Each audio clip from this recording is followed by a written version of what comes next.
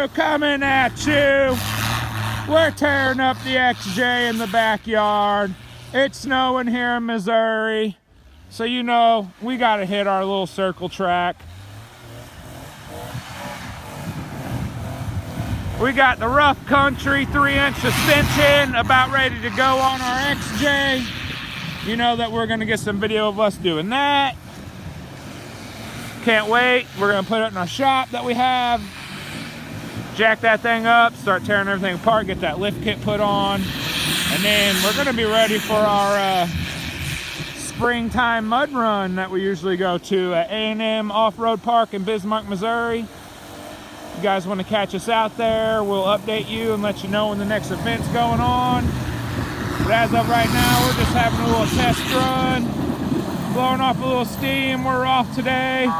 You know what you gotta do, you just... Oh yeah. We actually put some whip lights on the back of her. I don't think we got a video of that. Maybe we did, but as of right now, guys, we're gonna have some fun today, and we'll get you a video of us putting on that 3-inch lift kit. Boostmo Crew out.